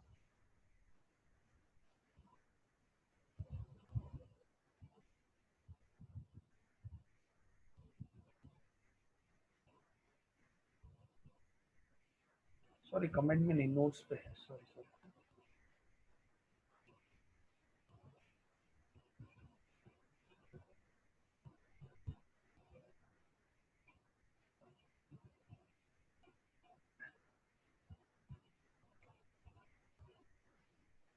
Data not available. ये अभी एक्सेल 2016 अगर आप यूज कर रहे हैं तो ही आपको ये ऐसा आएगा, नहीं तो फिर आपके इसमें खाली कमेंट ही रहेगा, नोट्स नहीं रहेगा। शायद 2013 या 2010 या 2007 में ओनली कमेंट्स ही ऑप्शन है। तो यहाँ पे अभी ये एक्सेल 365 में ये नया फीचर डाल दिया है, नोट्स कर दिया है। जुने को जो जुना कमेंट था वो नोट्स हो गया है, और नोट्स नया एक कमेंट करके एक नया दूसरा ऑप्शन आ गया है, जिसके अंदर हम लोग अगर ये शीट्स एक दूसरे को पास ऑन कर रहे हैं तो हम लोग वो उसमें अलग अलग चीजें एक थ्रेड बना सकते हैं कि पहले मैंने कुछ लिख के भेजा, सामने वाले ने कुछ और उस पर डाला और मेरे को भेजा, मैंने वापस उसमें और कुछ चेंजेस करके वापस उसके अंदर लिख के भेजा। तो वैसे हम लोग अभी कर सकते हैं 2016 और 365 में, ऑफिस 365 में। जूनियर डेटा इसको कमेंट बोलते थे, अभी इसमें नोट्स बोलते हैं उसको। तो ये मैंने नोट लिख के रखा या कमेंट लिख के रखा, डेटा नॉट अवेलेबल। अभी मैं वापस F5 करता हूँ। अभी मैं समझ लीजिए यहाँ पे सिलेक्शन है, ये पूरे को सिलेक्ट कर दिया, F5 and go to special. अभी मैं नोट्स सिलेक्ट करूंगा, ओके। तो ये वो सेल पे ऑटोमेटिकली आ गया जहाँ पे कमेंट था। अगर एक साथ में 10-15 सेल्स पे कमेंट था तो सब सेल्स ऑटोमेटिकली सिलेक्ट हो जाएंगे।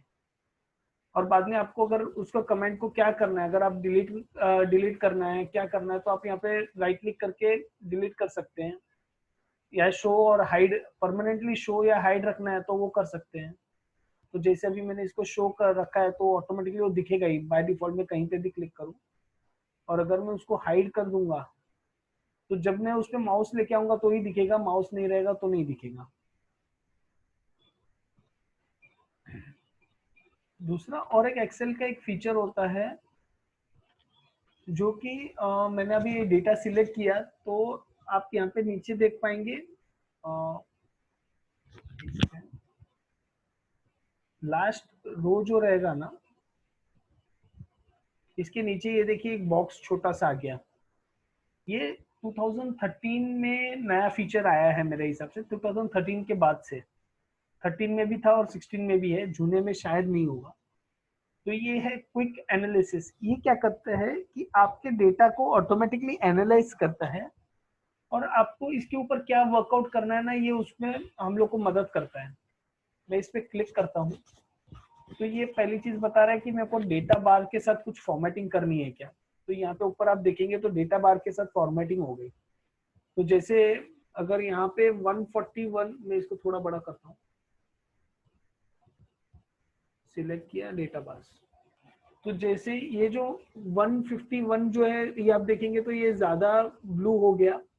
मैक्सिमम जो है वो लास्ट 157, ये पूरा ब्लू हो गया। ऊपर ऊपर जहां जहां पे जैसे अभी जितना जितना कम में तो उतना कम होएगा। ये देखिए 1 में बहुत ज्यादा कम है। ब्लू लाइन की बात कर रहा हूं मैं, ये जो ब्लू बॉक्स जो जनरेट हो गया ऑटोमेटिकली।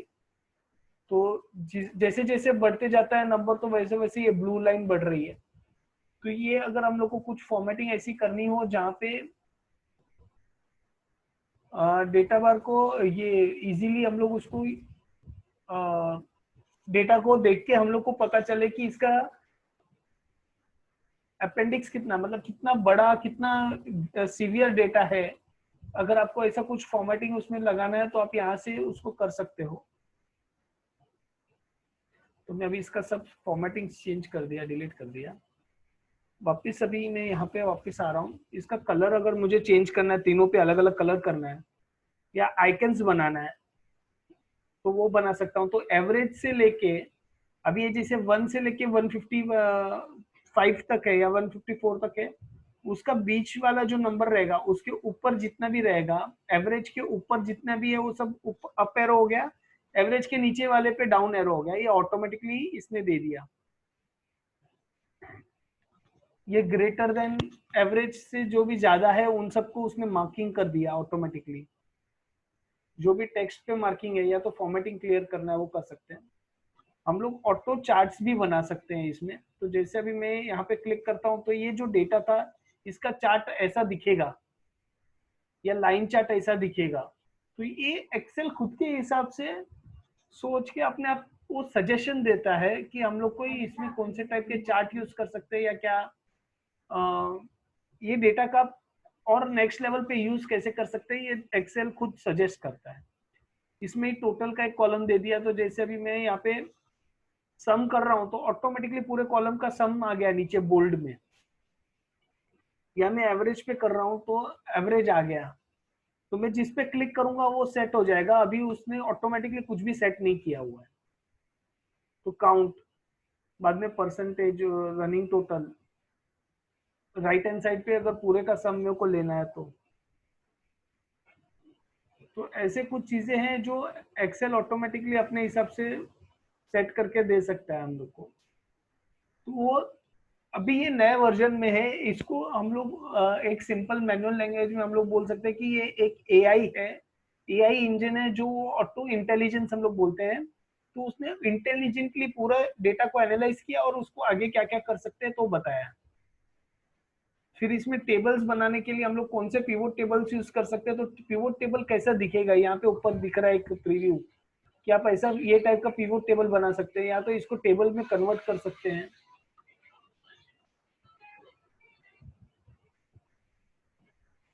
या तो ऐसा कुछ चार्ट के बाजू में ही हमारे कॉलम हर एक इंडिविजुअल रो के साथ में स्पार्कलाइंस इसको बोलते हैं। इंडिविजुअली रो के सामने हम लोग इसको बता सकते हैं, ऐसा क्रिएट कर सकते हैं स्पार्कलाइंस कि वो बढ़ रहा है कम हो रहा है। तो ये रो का डेटा बढ़ रहा है, ये रो का डेटा कम हो रहा है।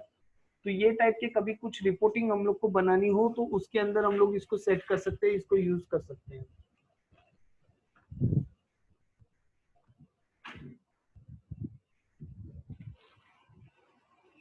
ठीक है, अभी आगे बढ़ते हैं व्यूज में। और एक व्यूइंग जो इम्पोर्टेंट है,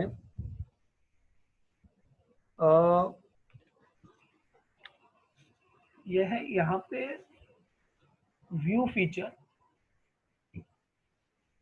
जहाँ पे हम लोग डेटा को व्यू कर सकते हैं। लेकिन हम लोग का डेटा को अगर समझ लीजिए, मैं यहाँ पे डेटा को थोड़ा बड़ा कर देता हूँ, या तो नया डेटा फाइल एक ओपन बना देता हूँ।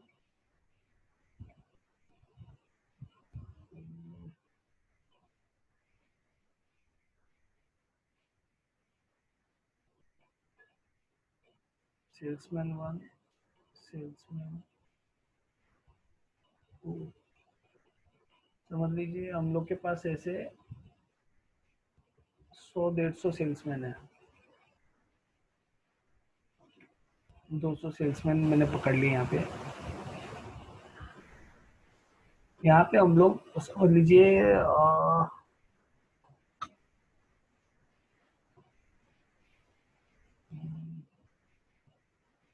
मंथ डाल देते हैं,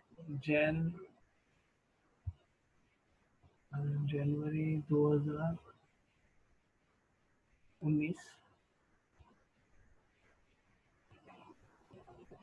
जनवरी 2000 सॉरी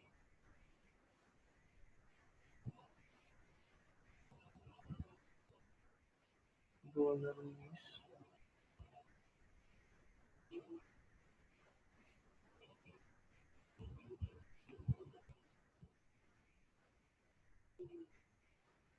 अभी मैं इसको ड्रैग कर लेता हूँ।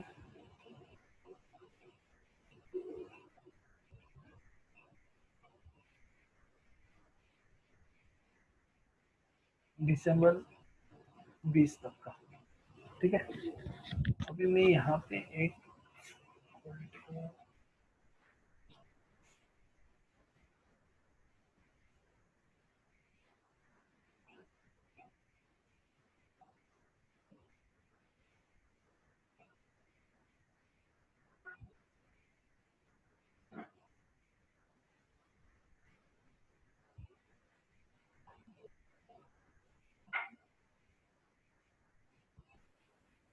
डेटा, मैंने डेटा सेट समझो बना दिया है। ये उनका पर्टिकुलर कोई एक सेल्समैन है, समझ लीजिए ये सेल्समैन के नाम है लेफ्ट साइड पे, राइट साइड पे इसके समझ सेल्स के फिगर्स है हम लोग बोल सकते हैं, और ऊपर मंथ के नाम है।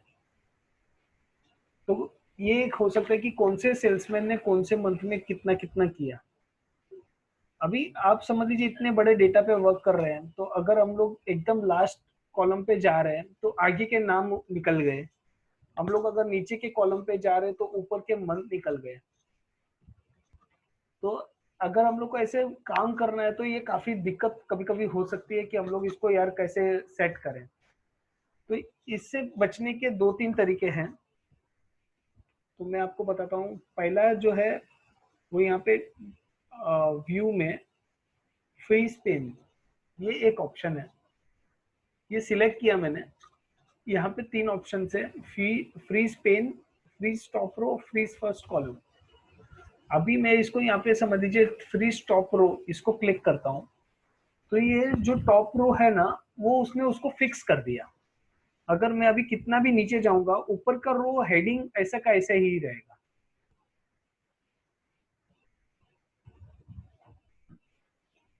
तो जैसे अभी मैं सेल्समैन नंबर 200 पे हूँ, लेकिन मेरे को ऊपर का मंथ दिख रहे हैं कि जैन 19, फेब 19, मार्च 19 वो दिख रहे हैं।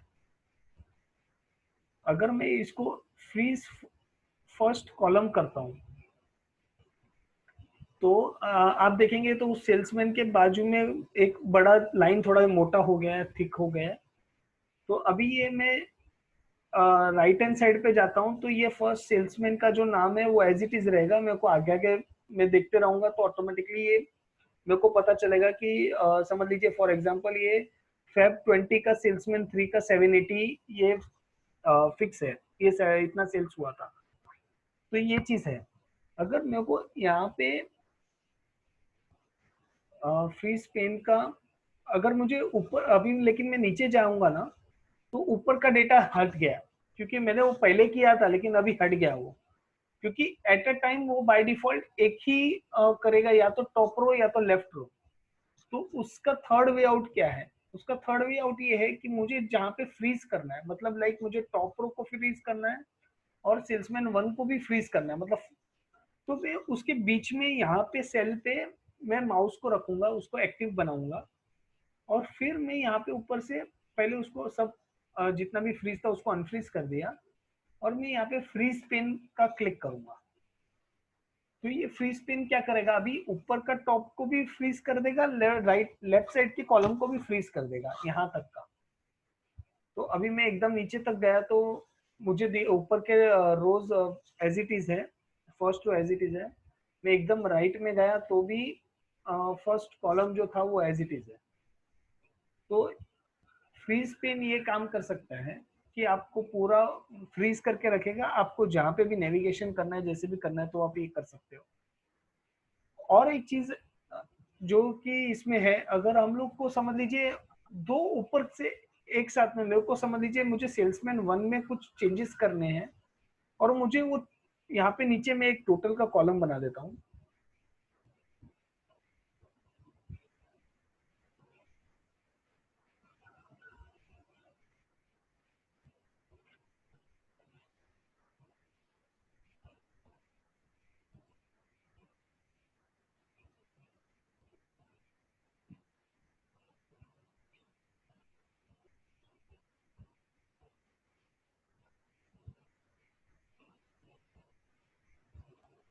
ठीक है, ये टोटल का नीचे मैंने बना दिया, इसको मैं बोल्ड कर दूंगा। अभी मुझे कुछ ऐसा काम है कि मेरे को ऊपर यहाँ पे कुछ चेंजेस करने हैं, जिसकी वजह से मेरे को ये टोटल मुझे पता होना चाहिए। तो उसके लिए हम लोग कैसे कर सकते हैं? तो लाइक मैं यहाँ पे गया, यहाँ पे मैंने एक न्यू विंडो का एक बटन है जो मैं क्लिक कर सकता हूँ। तो न्यू विंडो क्या करेगा, अपने ही डेटा का एक नया विंडो ओपन करके देगा। तो अगर आप ऊपर नाम देखेंगे तो बुक 1-2 हो गया। तो इसने यहाँ पे दो बुक्स बना दिए, बुक 1-1 और बुक 1-2, ऐसे दो फाइल्स ऑटो जनरेट कर दी उसने। इसका बेनिफिट ये है कि मैं एक टाइम पे दो फाइल्स के साथ काम कर सकता हूँ। एक ही फाइल को दो व्यू कर दिया और बाद में अभी उसमें अंदर काम करूंगा। तो अभी ये तो हो गया, लेकिन अभी मुझे ऊपर नीचे दो अलग अलग शीट्स में व्यू करना तो काफी प्रॉब्लमेटिक हो सकता है। तो उसके लिए सोल्यूशन है कि मैं यहाँ पे अरेंज ऑल विंडोज पे क्लिक किया और टाइल्ड या हॉरिजॉन्टल, वर्टिकल या कास्केड, ये ऑप्शन से मैं विंडोज को सेट करता हूँ। फॉर एग्जांपल अगर मैंने टाइल्ड किया तो ये दो बाजू बाजू में आ गई, अगर दो से ज्यादा फाइल ओपन होंगी तो वो भी बाजू बाजू में आ जाएंगी। तो ये अभी एक टाइल किया मैंने। दूसरा ऑप्शन देखते हैं, अरेंज ऑल हॉरिजॉन्टल। तो ये ऊपर और नीचे ऐसे दो अलग अलग फाइल्स बन गई मेरी। फिर से मैं अरेंज ऑल पे जाता हूँ, वर्टिकल, तो साइड बाय साइड पे आ जाएगी। तो जितनी भी फाइल्स होंगी वो सारी वो हिसाब से चेंज हो जाएगी। और कास्केड, कास्केड करूंगा तो एक के बाद एक, लेकिन ऐसा ऊपर दिखते जाएगा। अगर मेरे पास मल्टीपल फाइल्स है तो ऐसे आप यहाँ पे स्क्रॉल करके हम लोग उसको देख सकते हैं। ये सबको व्यू हो रहा है क्या? मुझे डाउट आ रहा है कि ये व्यू नहीं होता होगा सबको। दो फाइल्स दिख रही है क्या सबको? नहीं नहीं नहीं है भाई। ये ना? हाँ, नहीं दिख रही है ना? नहीं दिख नहीं। रहे सर, हाँ, और ये नहीं। थोड़ा बाउंस भी हो रहा है। नैन भाई पहला अच्छा। शीट दो शीट कैसे एक्टिव करना हो जरा एक्सप्लेन करो ना वापस। हाँ हाँ हाँ हाँ, एक मिनट में ना इसको नया शेयर करता हूँ, पूरा स्क्रीन को शेयर करता हूँ। मुझे डाउट हुआ कि शायद नहीं दिख रही होगी इस रिज्यूम में। ठीक है, मैं वापस से ये जो है ये सेक्शन एक वापस से स्टार्ट करता हूँ मैं। तो फॉर एग्जांपल अभी ये मेरा डेटा इतना बड़ा है, अभी मुझे कुछ ऐसा काम करना है जो ऊपर, समझो सेल्समैन 1 के ऊपर कुछ काम करना है, लेकिन मुझे साइमल्टेनियसली टोटल भी देखना है कि टोटल पे कितना इफेक्ट पड़ रहा है। ऐसा कुछ काम करना है। तो अभी बेस्ट सोल्यूशन है अगर मेरे पास दो शीट्स, अगर मैं अलग अलग सेम शीट की दो कॉपी हो और दो साइमल्टेनियसली मैं देख सकूं तो मेरे लिए काम इजी हो जाएगा। तो उसके लिए हम लोग यहाँ पे व्यू में आ जाते हैं। व्यू में न्यू विंडो, ये एक ऑप्शन है, मैं इस पे क्लिक करता हूँ न्यू विंडो पे। तो अभी हम लोग ऊपर देखेंगे ना, तो यहाँ पे बुक नेम क्या है, बुक 1-3। बुक 1-2 ऑलरेडी था पहले, और बुक 1-1 ये रहा। तो अभी ये तीन विंडोज अलग अलग फाइल बन गई है, सेम फाइल की तीन अलग अलग कॉपीज बन गई है। लेकिन ये कॉपीज कैसी है कि लाइव कॉपीज है, तो जो हम लोग फर्स्ट शीट में चेंज करेंगे वो बाकी के दोनों में लाइव हो जाएगी चेंजेस। फॉर एग्जांपल मैं सेल्समैन 1 का जो डेटा है उसको मैं ऑरेंज मार्क कर रहा हूँ और उसको बोल्ड कर रहा हूँ क्योंकि मेरे को उस पर काम करना है। और अभी मैं शीट 2 पे देखता हूँ ना, मतलब फाइल 2 पे, तो भी ऑरेंज मार्क हो गया। मैं शीट 3 पे देखता हूँ तो भी ऑरेंज मार्क हो गया। तो ये लाइव डेटा पे काम कर रहे हैं हम। तो जो भी चेंजेस हम लोग एक शीट पे एक फाइल पे करेंगे वो चेंजेस ऑटोमेटिकली दूसरे फाइल्स पे रिफ्लेक्ट होना चालू हो जाएगा। अगर मैं यहाँ पे समझ लीजिए दूसरे शीट पे, शीट 14 पे मैं बीच में कुछ नया टाइप किया, ये मैं टाइप कर रहा हूँ बुक 1-3 पे, तो मैं अभी इधर बुक 1-1 पे आ गया। और अगर मैं शीट 14 चेक करूंगा तो यहाँ पे भी नयन लिखा हुआ आ गया। मतलब ये 100% लाइव दो स्क्रीन पे काम कर रहे हैं। अगर कभी आपको ऐसा हो कि आप दो अलग अलग वर्कशीट्स हैं, आपको दोनों पे साथ में काम करना है, कि मतलब मैं वर्कशीट 1 पे चेंजेस करूं वो भी सेव होना चाहिए, वर्कशीट 3 पे चेंजेस करूं वो भी सेव होना चाहिए, और दोनों मुझे दिखना भी चाहिए साथ में। तो हम लोग कैसे कर सकते हैं, तो व्यू पे गए, अरेंज ऑल, इसमें हम लोग वर्टिकल, हॉरिजॉन्टल या टाइल्ड, अभी मैंने तभी दो शीट्स था और टाइल्ड किया था तो वो बड़ा बड़ा दिख रहा था, मतलब दो ही शीट्स को ऑटोमेटिकली। अभी अगर हम लोग, आप यहाँ पे मेरे स्क्रीन पे देख सकते हो, तो यहाँ पे 3 शीट्स हैं और तीनों टाइल्ड हैं।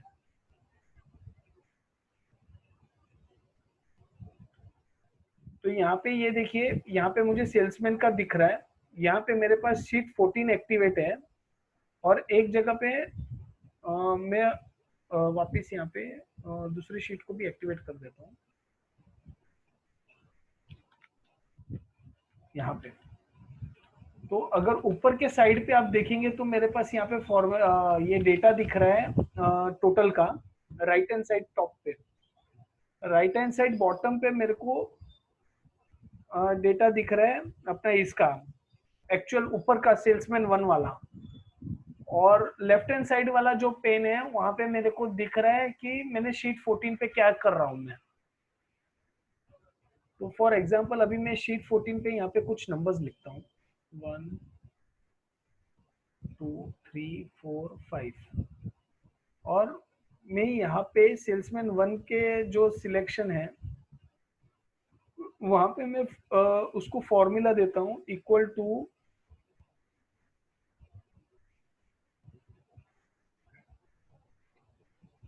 शीट 14 का B6, एंटर किया, और इसको मैं 5 कॉलम है ना, 1 2 3 4 5 पे चेंज किया। अभी आप ऊपर अगर ध्यान देंगे ना तो ये सेकेंड सी कॉलम का टोटल जो है वो 210 है अभी लास्ट में। जैसे ही मैं फॉर्मूला चेंज कर रहा हूँ यहाँ पे तो 371 हो गया ऊपर, तो फॉर्मूला ऑटोमेटिकली चेंज हो गया मेरे यहाँ पे। रेफरेंस भी ऑटोमेटिकली सब अपडेट हो गया, और साइमल्टेनियसली मेरा शीट सेव भी हो रहा है। तो अगर हम लोग को मल्टीपल शीट्स पे काम करना है एक साथ में, तो हम लोग ये यूज कर सकते हैं। ये एक फीचर है जिसको आप जैसे जैसे इसको यूज करेंगे तो आप इसको आपका इसमें बढ़ते जाएगा, अपना यूसेज बढ़ेगा, आप इसमें इजीली काम कर पाओगे। और ये बहुत पावरफुल फीचर है एक एक्सेल का। अगर आपको मल्टीपल चीजें एक साथ में करनी है अलग अलग जगह पे और अलग अलग देखना है कि यहाँ पे चेंज कर रहा हूँ तो क्या हो रहा है, यहाँ पे चेंज कर रहा हूँ तो क्या हो रहा है, तो ऐसी कभी भी आपको यूज करना है तो ये टाइप का फीचर आपके लिए बहुत ज्यादा यूजफुल होगा।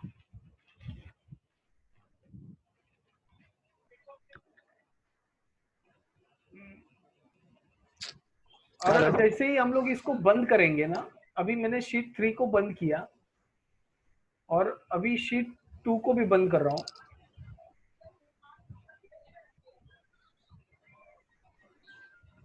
ये भाई तू को ये तो जोड़ा अनस्टेबल है, अनस्टेबल है बैंड की कुछ पता तो मैं तड़ा पूछने वाला। हाँ जी, तो अभी यहाँ पे मैं अभी आप मैंने बाकी 2 फाइल्स को बंद कर दिया तो यहाँ पे बुक 1 देखिए फाइनल हो गया। तो अभी ये देखिए यहाँ पे सब पूरा डेटा यहाँ पे एज इट इज हो गया सब चेंजेस के साथ। अगर मैं यहाँ पे शीट 14 पे जा रहा हूँ तो मुझे यहाँ पे तीनों जो नंबर्स मैंने वहाँ पे टाइप किए थे वो दिख रहा है। अगर मैं यहाँ पे शीट 10 पे गया तो यहाँ पे जो फॉर्मूलाज मैंने लिखे थे वो फॉर्मूलाज एज इट इज है और यहाँ पे जो टोटल था वो भी एज इट इज है। तो हम लोग ने लाइव शीट पे चेंजेस किया ये तीन, तो आप ये वाला भी यूज कर सकते हो। इसमें किसी को कुछ क्वेरी या कुछ अभी?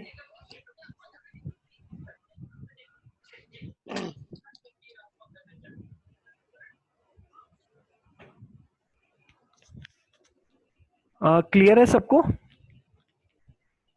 ये कैसा है ना, जितना यूज करेंगे उसके बाद ही हाँ। पता चलेगा ऐसे। हाँ समझ में आएगा। Right right right right.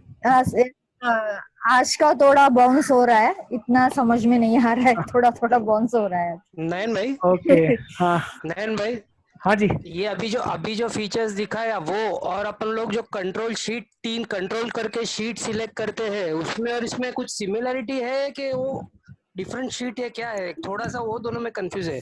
नहीं मतलब पहले जो कंट्रोल करके हम लोग जो सिलेक्ट करते हैं ना वो हम लोग ग्रुप करते हैं। हाँ, तो वो एक शीट पे जो भी काम करेंगे वो बाकी Okay. शीट्स पे रिफ्लेक्ट होगा। तो अगर बाकी शीट पे कुछ डेटा है तो वो ओवरराइट होने के चांसेस हैं। ये सेम बराबर। शीट पे ही रिफ्लेक्ट होगा। नहीं ये तो हाँ Okay, जो okay, शीट पे हम हाँ। लोग काम कर रहे हैं वही शीट पे रिफ्लेक्ट हुआ। लेकिन इसका एक एडिशनल ये फीचर क्या है कि अगर हम लोग 2-3 चीजों में काम कर रहे हैं, फॉर एग्जाम्पल सबिता जी आप कोटेशन बनाते हो तो कहीं पे अगर आपको स्टॉक फाइल भी साथ में देखना है और आपको ये वाला फाइल भी Yes, sir. कोटेशन फाइल भी साथ में रखना है तो आप ये फीचर का यूज कर सकते हो। Yeah. इसमें आप 2 शीट्स अलग अलग साइड बाय साइड ओपन करके आप सीधा हाँ, कॉपी हाँ। Paste one sheet to another directly easily कर सकते हो without moving from one file to another. Controls backward. हाँ ओके ओके ओके ठीक है सर, मैं ट्राई करती हूँ आज। तो ये चीज आप उसमें यूज कर सकते हो। या तो आपको मतलब अगर कोटेशन पहले जूना कोटेशन बना था वो अलग शीट पे था, नया कोटेशन अलग शीट पे बना रहे हो तो आपको आप यही फाइल लेकिन दोनों एक ही फाइल में है तो 2 अलग अलग शीट्स पे हैं। तो हाँ। आप उसको 2 पार्ट में डिवाइड करके एक पार्ट में हाँ। आप नया कोटेशन ओपन कर सकते हो, दूसरे पार्ट में आप नया कोटेशन ओपन कर सकते हो और उधर Okay. देख के आप इधर चेंजेस कर सकते हो। कर सकते हो। Okay okay got it sir. Okay okay. और अभी किसी को कुछ इसमें क्वेरी कुछ? हेलो हाँ नयन भाई, लेकिन आपने बोला जो ओल्ड कोटेशन में देख के न्यू कोटेशन में चेंजेस करेंगे, लेकिन जो चेंजेस करेंगे वो ऑटोमेटिकली ओल्ड कोटेशन में भी रिफ्लेक्ट हो जाएगा ना? मतलब अगर वो शीट पे आप कुछ चेंज करोगे तो रिफ्लेक्ट होगा, अगर वो शीट में आपने चेंजेस नहीं किया तो नहीं होगा। अगर समझ लीजिए आपने एक कोटेशन बनाया था 1 तारीख को, अभी दूसरा कोटेशन आप 5 तारीख को बना रहे हो, ठीक है? तो आपने 2 अलग अलग शीट्स हैं आपके पास लेकिन फाइल एक ही है। हाँ ठीक है, तो एक साइड पे आप 1 तारीख का फाइल शीट ओपन कीजिए, दूसरे साइड पे 5 तारीख का शीट ओपन कीजिए। आप जहां पे भी जो भी चेंजेस करोगे वो करे होगा। अगर आप 1 तारीख के फाइल में चेंजेस करोगे, शीट पे चेंज करोगे तो 1 तारीख में होगा। अगर आप 5 तारीख के शीट पे चेंज कर रहे हो तो 5 तारीख पे होगा। वो ऑटोमेटिकली अपडेट नहीं करेगा किसी को, आपने जो चेंज किया उसी को अपडेट करेगा। 5 तारीख पे ही काम कर रहे हो तो 5 ओके, मतलब जो एक्टिव शीट पे जो काम करेंगे वो शीट पे ऑटोमेटिकली चेंज होते जाएगा। Yes yes yes. अगर आप रेफरेंस कुछ पकड़ रहे हो दूसरे शीट का तो रेफरेंस भी वो पकड़ लेगा ऑटोमेटिकली। ओके।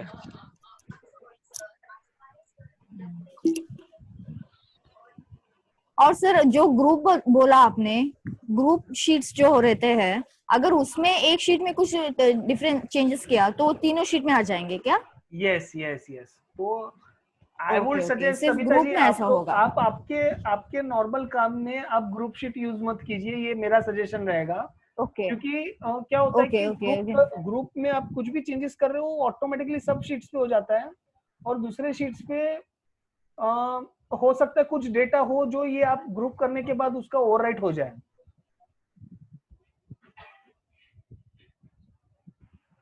हाँ हाँ समझ में आया सर, समझ में आया। ओके, हाँ ठीक है। तो आज के लिए हम लोग इधर ही क्लोज कर सकते हैं। Okay sir, thank you. तो अभी नेक्स्ट अपना जो रहेगा वो थर्सडे को रहेगा ट्रेनिंग 11 बजे सुबह। लिंक पूछना था आपसे। हाँ मैम। Sir hello. हाँ जी बोलिए। सर सॉरी, आप कंप्लीट कीजिए। मेरा हो गया complete. Okay sir, actually last session में हम लोगों ने डिग्री जो आपने बोला था 45 डिग्री का, तो हाँ तो सर इसमें जो मतलब 2 पार्ट होते हैं, जैसे कि बॉर्डर में 2 पार्ट दिखा रहे हैं हमको। तो सर इसमें मुझे अभी सोचो कि मैंने ये लिखा टर्म्स एंड कंडीशन।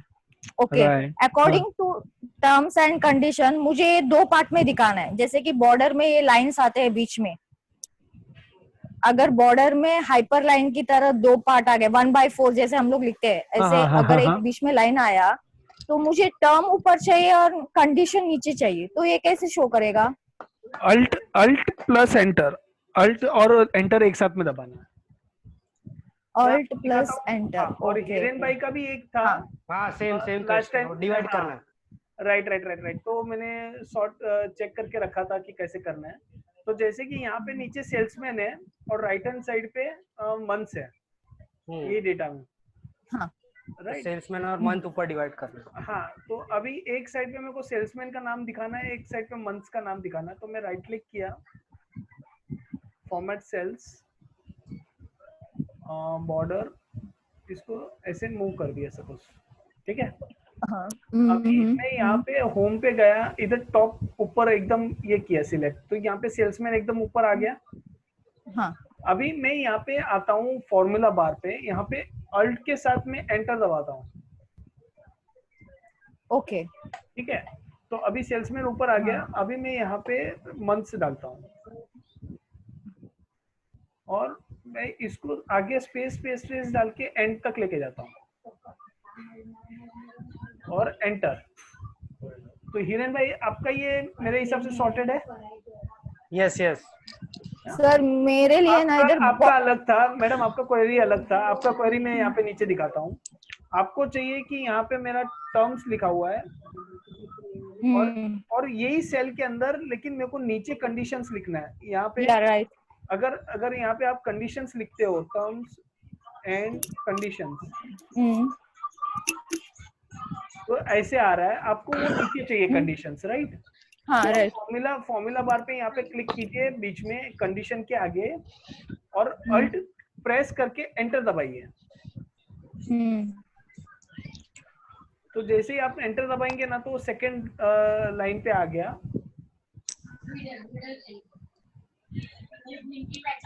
तो नीचे आ गया वो टर्म्स एंड कंडीशंस। और अगर आप फॉर्मूला बार में भी चेक करेंगे उसको, तो ऐसे लिखा हुआ है वो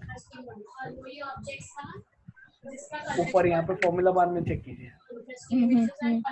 जितना भी अगर आपको और नीचे करना है तो एंटर अल्ट दबा के एंटर करते जाइए, तो उतना नीचे आते रहेगा, लेकिन सेल वो एक का एक ही रहेगा। जैसे ये 208 तो 208 पे ही है।